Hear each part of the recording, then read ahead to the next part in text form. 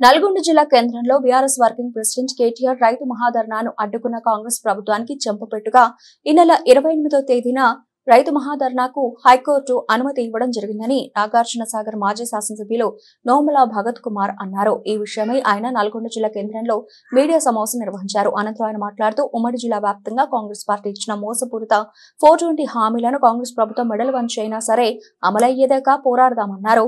నల్గొండ జిల్లా కేంద్రంలోని జరిగే రైతు మహాధర్నాకు బీఆర్ఎస్ వర్కింగ్ ప్రెసిడెంట్ కేటీఆర్ విచ్చేసిన సందర్భంగా రైతులు బీఆర్ఎస్ నాయకులు తరలివచ్చి కాంగ్రెస్ ప్రభుత్వం చేస్తున్న దురాగతాలను నిలదీద్దామని పిలుపునిచ్చారు. మహాధర్నా కార్యక్రమాన్ని కాంగ్రెస్ ప్రభుత్వం అడ్డుకోవడం కోసం వాళ్లకు సిగ్గులేని చర్యగా మాకు పర్మిషన్ ఇవ్వకుండా మహాధర్నాను అడ్డుకుంటామనే యొక్క ఆలోచన వాళ్ళు వ్యక్తం చేసినందుకు మేము హైకోర్టు వెళ్ళగానే కాంగ్రెస్ ప్రభుత్వానికి చెంపపెట్టుగా ఈరోజు మాకు 28వ తారీఖు నాడు మహాధర్నాకు పర్మిషన్ ఇవ్వడం జరిగింది. దానికి సంబంధించి మళ్ళొకసారి ఈ ఉమ్మడి నల్గొండ జిల్లా వ్యాప్తంగా ఈరోజు కేటీఆర్ గారు మన రాష్ట్రంలో కాంగ్రెస్ ప్రభుత్వం ఇచ్చినటువంటి 420 అబద్ధపు హామీలను నిలదీస్తూ ఈరోజు మన ఉమ్మడి నల్గొండ జిల్లా వ్యాప్తంగా కూడా ఇక్కడ రైతులు అనేక రకాలుగా వివిధ హోదాలో ఉన్నటువంటి ప్రతి ఒక్కరు కూడా ఏ విధంగా అయితే ఇబ్బంది పడుతున్నారో దాన్ని నిలదీయడానికి రేపు 28వ తారీఖు నాడు 11 గంటల లోపే ఇక్కడికి కేటీఆర్ గారు విచ్చేస్తారు. కాబట్టి పెద్ద ఎత్తున ఉమ్మడి నల్గొండ జిల్లా వ్యాప్తంగా ప్రతి ఒక్కరు కూడా రావాలి.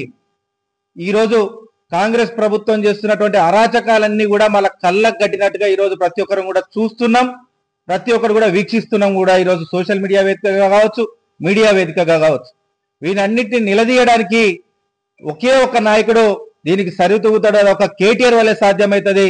ఆయన మన దగ్గరకు వస్తుంది కాబట్టి పెద్ద ఎత్తున ఉమ్మడి నల్గొండ జిల్లా వ్యాప్తంగా తరలి రావాలి.